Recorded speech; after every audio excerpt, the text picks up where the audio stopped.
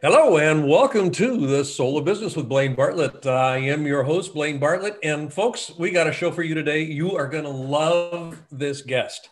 I first met him on the Office Hours, the Soul of Business Office Hours show that I do every week with my good friend, David Meltzer. And I was just fascinated, number one, by his story, but number two, and more importantly, about what he does and what he stands for.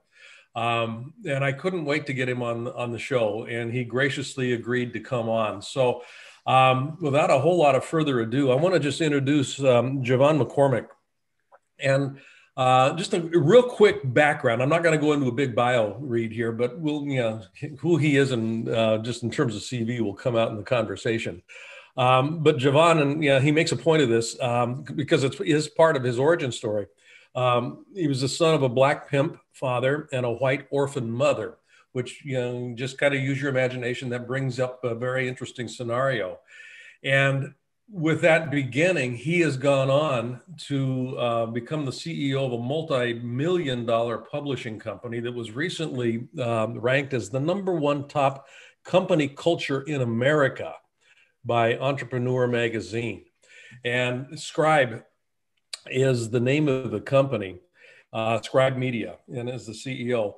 We're going to talk a little bit about what he does in that role, but he's also done some fascinating things here in the stock market, even though he didn't go to college, and as president of a software company that he started, even though he didn't know a lick of code when he started it. There's just some very interesting dynamics in play here about what it means to be an entrepreneur. So, JeVon, welcome to the show. Blaine, how are you, sir? Doing well, buddy. Doing well.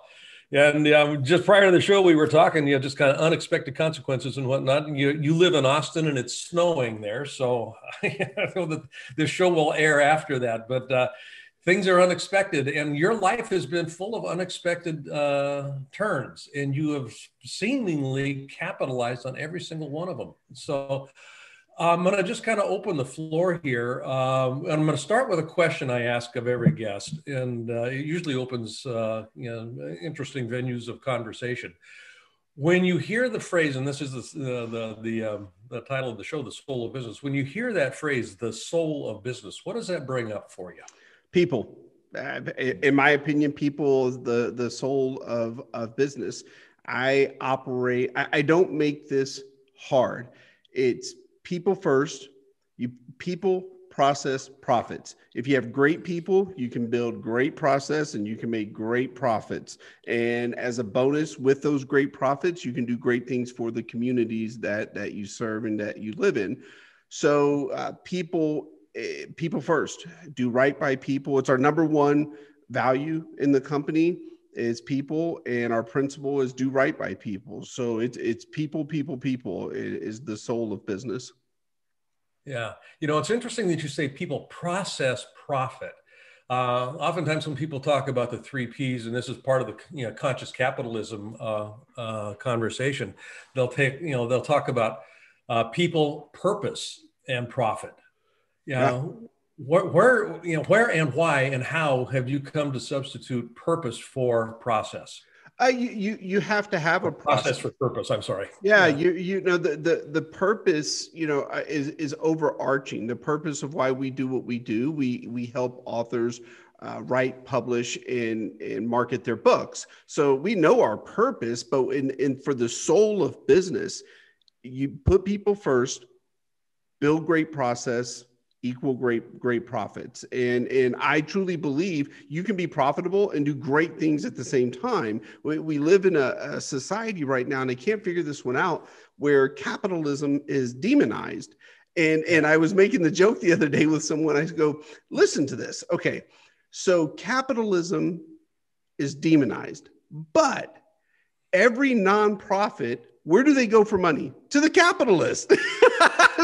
I go, and when government wants to tax more, where do they go? The successful capitalist. And I said, but it's demonized. And I don't understand that. And don't get me wrong. I know some businesses put profits first above everything else, and it's profits above people. But the way I look at this is very simple. I don't make it hard. People, process, and profits. Uh-huh. I was interviewed for a magazine article that was going to come out later in this first quarter. And one of the questions, and it was a question I'd never gotten before that I thought was fascinating. They asked me, what is the greatest fallacy? Because a large part of my work is consulting, executive coaching, but I've got a consulting firm, and we started in 1987, ended up with offices in 4 countries. So, we did some pretty good work, still do some pretty good work. And I was asked, what is the greatest fallacy you have consistently heard in businesses? And it was, I kind of stopped for a minute. I thought, that is an interesting way, number one, to put the question, but number two, it's an interesting question. And, and I will connect the dot here. And what I came up with was keep your eye on the ball. Focus on the goal. Don't lose focus on the goal. And where I kind of landed was, that conversation about keeping your focus on the goal excludes process, which is how we get to the goal. Right. And the frustration that exists in most organizations, have you hit your numbers? People, there's shaming, there's kind of pressure to get that target delivered, ideally under budget and under time frame too. But the process gets ignored in terms of this thing that I call elegance, and I'm elegance in a software coding perspective. Is a code that doesn't have unintended consequences. Too often, in my experience, people try to achieve goals with processes that are outmoded, outdated, and out of touch with what we're actually trying to do. So when you came to realize that process was important, was there anything that catalyzed that for you? Routine. It's interesting. I'll put it this way. Mine probably came from a place where most people don't. As a kid growing up in a very chaotic environment, there was no structure, there was no routine, there was no discipline. It was just straight chaos 24/7. I didn't always know where my next meal was going to come from. I didn't always know if my dad was going to be around. So I grew up in chaos. And what I came to understand is that having structure and discipline, routine, consistency are all, in my opinion, part of process. If you have all those things, that's where you can actually thrive and succeed. And what happens if you look at kids from low economic communities who grow up in that dysfunction versus kids who grow up in a very rigid, routine, disciplined, structured environment, those kids are generally more successful because they have those processes in place. So I learned that process was a big key from my childhood. Put people first, build great processes, and then, like I said, the profits will come. Yeah, they will. That's, and I was hoping you would go there because your family of origin story is, I think, fascinating. Just almost cliché in a Horatio Alger context. Can you talk a little bit about your migration? And I'm interested here in how you kept connected to what I'm going to be calling the soul of the individual. That spark, that piece in me that keeps looking to express more of who I am. How did you keep yourself connected as you migrated, as you morphed from that chaotic experience growing up? And some might call highly dysfunctional. But there was a lot of functionality that you actually were able to develop out of that. It's I always believed I could, and I have come to realize this recently. I didn't always share my origin story, tell people where I came from, because obviously I was embarrassed, or who wants to do business or hire the guy whose father fathered 23 children, was a pimp and drug dealer, and to this day I still can't tell you where my last name comes from. So I always hid, duck and hide from my background. And it wasn't until recently I started sharing this story, but I was actually introduced to business at 9 years old. And it was by way of my father. He had me one weekend and we were driving around collecting money from prostitutes because he was a pimp. And I was in the front seat. I'll never forget this. It was cold outside. And we pulled up to the first prostitute. And she hands him a stack of money through the window. He cracked the window and it was cold outside. I can still smell the heater when I tell this story. And she hands him a stack of money. And she said, hey, I made my count for the night. Can I come in? And my dad was real encouraging. Oh, you're on a roll. Get back out there. You're doing great. I'm proud of you, blah, blah, blah. So she went back out there. So we went to the next prostitute. She handed in her money and she was short. And my dad lost his mind, get your ass back out there, started cussing, degrading her, everything you can possibly think of. And I remember when he rolled up the window, I thought to myself, and I'm 9. I said, if I treated all the prostitutes better and I let them keep part of the money, could I make more money in volume because more prostitutes would want to work with me than the mean pimps? And that was my first thought into scale, was, okay, how do you treat them better? Do you share part of the profits? And then I took it a step further. I even said to myself, okay, now competition. A lot of pimps are going to be mad because I'm going to start taking their women. And so, and a lot of people find that story maybe disgusting or whatever, but that's the environment I grew up in. I don't find it disgusting. That's what I grew up in. And that's where I learned my lessons. And that was my first lesson into business. How do you scale? How do you do it better? And more importantly, how do you put people first? Yeah, I love. I love the story and the way that you recast it and actually retell it here. Nothing has meaning until I assign meaning to it, and even something as horrendous as that experience can have some dramatic benefit to it if you can find where the gold is, so to speak, and then leverage that. And you went on, to start a couple of other businesses before Scribe. You're working in the stock market. You made the proverbial $1 million hit on that, even though you didn't go to college. How did you get as a day trader? How did you end up working that? All right, so Blaine, you're gonna love this.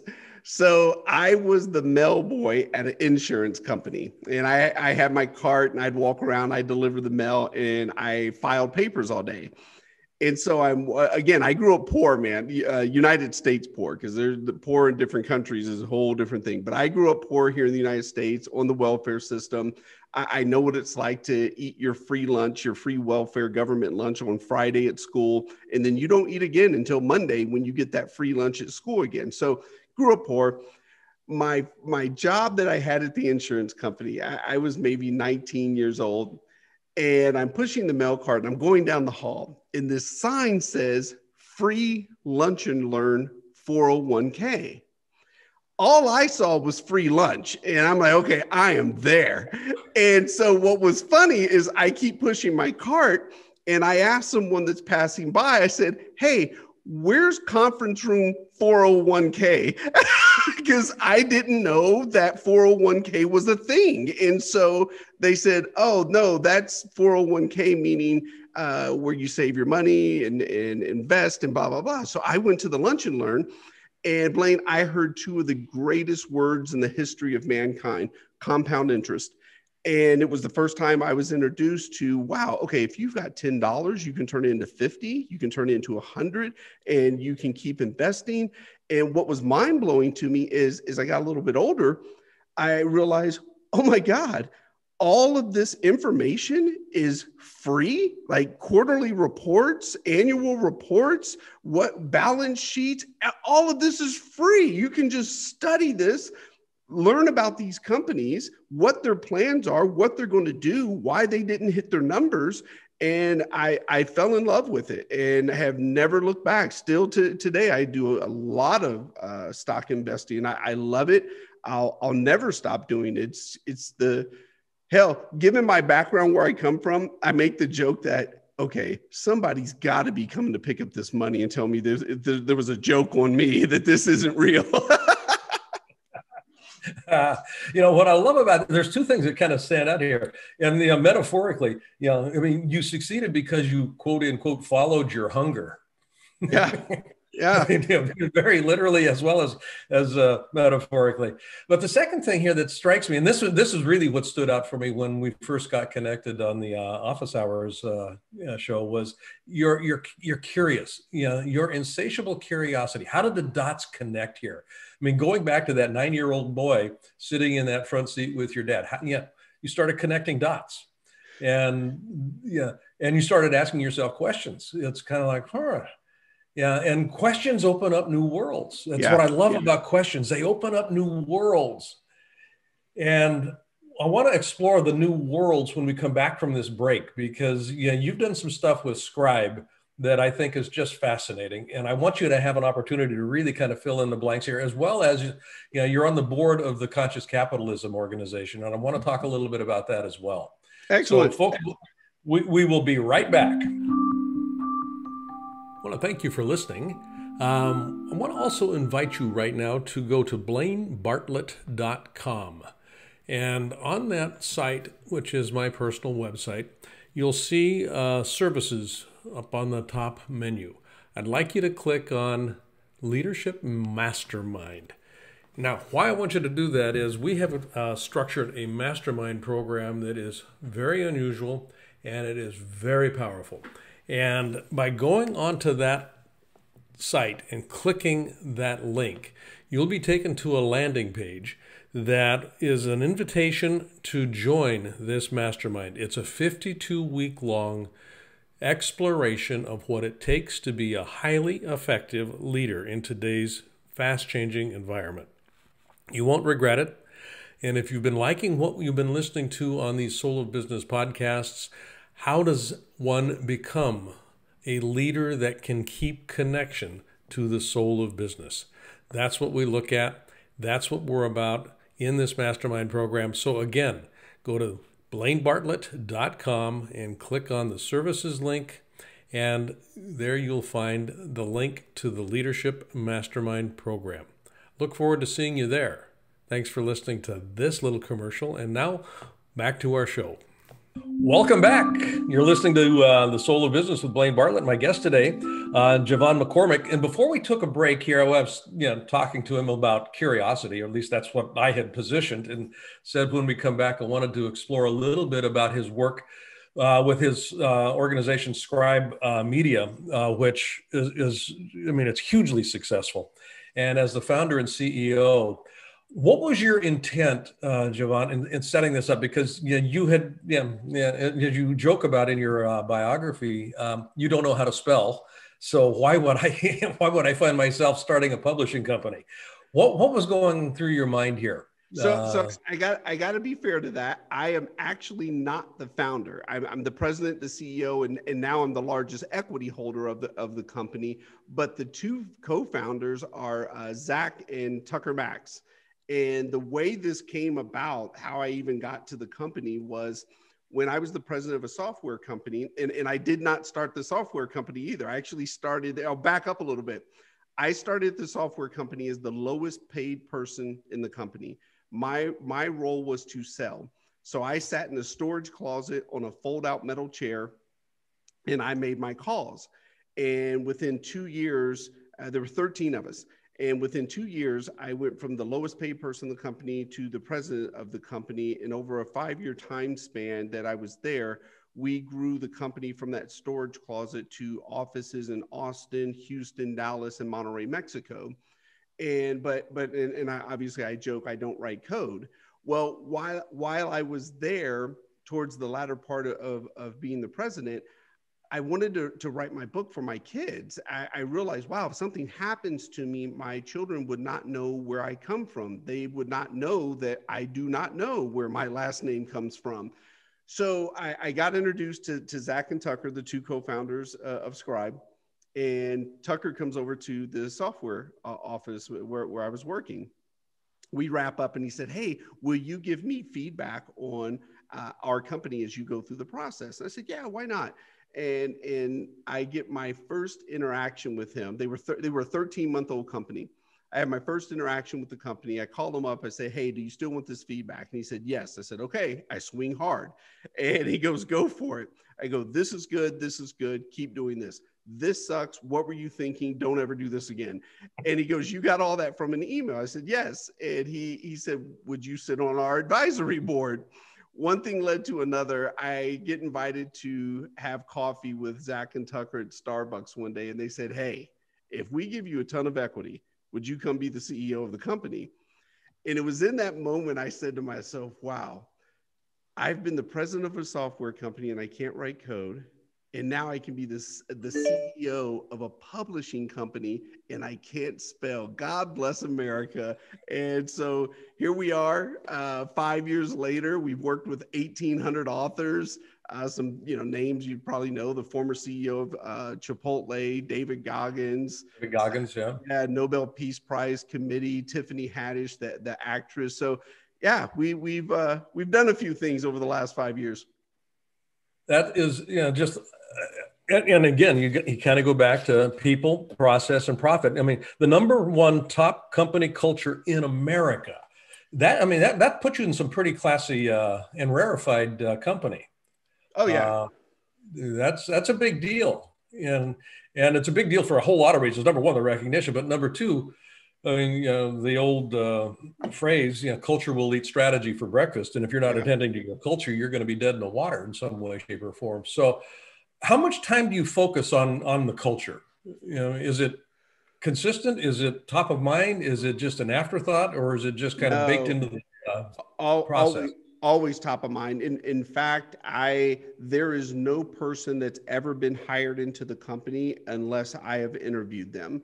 And I've had so many people tell me, well, that's not scalable. That's not scalable. And it's interesting because I feel that in my role, or the role of the CEO, if you don't take the time to interview people, spend time with people, then what the hell are you in the role for? I mean, yeah, I make some decisions and I know our numbers, our financials inside and out, but you've got to put the people first. And I always say this: I'm only as good as the great people I'm surrounded by. So that's it. They're great and I'm good. When they go to exceptional, I get to go to great, but they're always ahead of me. So put people first. No one works for me. Everyone works with me. And so it's just the way our culture is set up is truly about people. If you're in leadership in this company, you do not have direct reports. You have direct supports, because if you're in leadership, your only role is to support the people you serve. That's it. And so there's I don't do the hierarchical thing, however you say that word. Hierarchical. Yeah, that word too. But, we'll spell it together. Yeah. Here's a great example of this. And it's not just for show. If you go to our website and you go to the About Us page, most companies, the first thing you see, founders, C-suite executives, chairmen, CEOs, blah, blah, blah. If you go to ours and you're looking for me, I'm at the bottom of the page. And that's very intentional, because as the CEO, my role is to serve and support. So I should be at the bottom as the foundational piece of the service to all of those individuals you see long before you make it down to me. So they do the work and I'm here to serve them. And that's scribesmedia.com. Is that correct? Scribemedia.com. Yes, sir. Scribemedia.com. Now, Scribe Media is a consciously capitalistic company, and you are on the board of directors of Conscious Capitalism. Correct. How did you get involved with Conscious Capitalism to begin with? Because I know John Mackey, I know Raj, we're good friends. Kip Tyndall, I've been out to his place a number of times. How did you get involved with Conscious Capitalism, and what difference has that made in terms of how you actually are operating Scribe Media? So I got involved. I got invited to one of their CEO summits, and I went. It was great. I enjoyed it. Thought it was this is it was close to home too. Yeah. They have it each year here at right outside of Austin. So okay, yeah, I'll go. And then they had their national event in Dallas. So I said, okay, I'll go to that. And then I got invited back to the second CEO summit, and I left after the first day, after a half day. And a couple of months later, just as a check-in call, the CEO, Alexander, calls me up and he says, hey, just want to know, your thoughts on the summit, and I said, hey, I don't know that you really want my thoughts. And he said, why? I said, I'll give them to you. But, and I told him, I said, I found this summit to be, excuse my language if I said, I found it to be bullshit. And I said, you've got people on stage speaking about how they filed bankruptcy twice and now they have a $500 million company. I go, that's great. I love a come up story and someone who's made it and so and so. I go, but what the hell does that have to do with conscious capitalism? Mm-hmm. And then he asked me, he goes, well, how do you define conscious capitalism? I said, for me, conscious capitalism is giving back to the lower economic communities that are not aware of the power of capitalism. Where I grew up in those communities, the only avenues out for me were rapper, athlete, and drug dealer. And I sucked at all three, so chances weren't looking good. No one told me the power of capitalism. No one told me I could be an entrepreneur. No one told me I could be a pharmaceutical rep, an executive. And it's sad, and I said this on stage. They invited me back, and I got to talk on stage. And I said, how can I be a barista when there's no Starbucks in my community and I don't even know what a barista is? How can I know what organic food is when there's no Whole Foods in my community? And so that's the power of capitalism to me in conscious capitalism. Obviously, it takes the shape of many different ways for different people. But in my opinion, we truly could change the landscape of this country if the lower economic communities understood the power of capitalism. I love. I mean, you're talking to the choir here to me. I mean, that's one of the reasons that I wrote the book, Compassionate Capitalism. Actually, David and I together conspired on that because to that point, there was something missing in just the conversation that I was experiencing, and I love the movement. I absolutely love the context and the concept and the intent of conscious capitalism. And what was missing for me was a behavioral analog, a way to define what kind of behavior moves it out. Right. That takes this. How do you be compassionately capitalistic? How do you be consciously capitalistic if you don't have an awareness of some of the implications of that? Starting with what is capitalism, right? And in the book, the first third of the book is a history of capitalism. Where did it come from? What's it intended to do? What's it rooted in? The theory of moral sentiment. Adam Smith wrote that before he wrote The Wealth of Nations. Which informed the whole notion of the invisible hands. So where does that come into play, and how does that actually get leveraged if you're doing it in the way it was intended? Which capitalism, as it's usually done today, has gotten away from that in a lot of ways. It's got a lot of promise. It isn't being realized right now, which is, I think, the power of conscious capitalism and compassionate capitalism combined. It's interesting because we've seen the power of what microloans will do in third world countries and what that's done for those communities. So my thought's always been, okay, if we've seen what a microloan will do for a third world country, what do we believe would actually happen if we were able to open the eyes of lower economic communities in our own country? Because you don't know what you don't know. And that's just a fact. As a matter of fact, when I first spoke at Conscious Capitalism, I opened up and I said, okay, there were 250 plus CEOs in the room. And I said, how many people in here know how to perform brain surgery? Any neurosurgeons in the room? Of course, no one raised their hand. And I said, okay, how many people in here can launch a rocket? Any aerospace engineers in here? No one raised their hand. I said, see, we don't know what we don't know. Unfortunately, in the lower economic communities, there's just a lot of shit we don't know. And we just need to educate those individuals on the power of capitalism. Yeah, that's the power of awareness. And that's one of the things around conscious capitalism is it brings awareness to the conversation. It's not that, you and I both know how to make money. Other people don't know how to make money. And it's not a function of skill. It's a function of awareness. If you show me how, if I become aware of how to make money, then that changes the nature of the game. If I become aware, it changes the whole game. Yeah. So, all of this is rooted in awareness. Awareness for me is the superpower. Yeah, an increase in awareness increases the choice-making capacity of anybody that is in the midst of increasing awareness. So I love that about conscious capitalism, and then awareness about, okay, how do I behave? I mean, the stakeholder ripple. I mean, everything is touched by business. Yeah, am I aware of the 5th degree, 6th degree consequence of my decision? If I'm not aware of it, I can't mitigate the perhaps downwind consequence of what's going on out there. Yeah, yeah. It's I personally believe this. Business makes the world go round. Not politics, not government. Business makes the world go round. And I am just a massive fan of capitalism. Capitalism has given me the life that I have. I grew up with nothing, and I understood early on through the power of hard work and staying legal, you can truly change your environment, and that was critical. And like I said, it's just sad. Even the boys that I mentor, they don't know how to shake hands.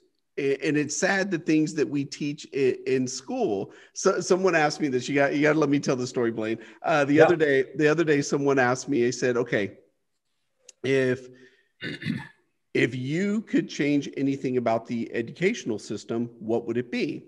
And I said, "I would implement a class your freshman year, and the class would be called Show and Tell."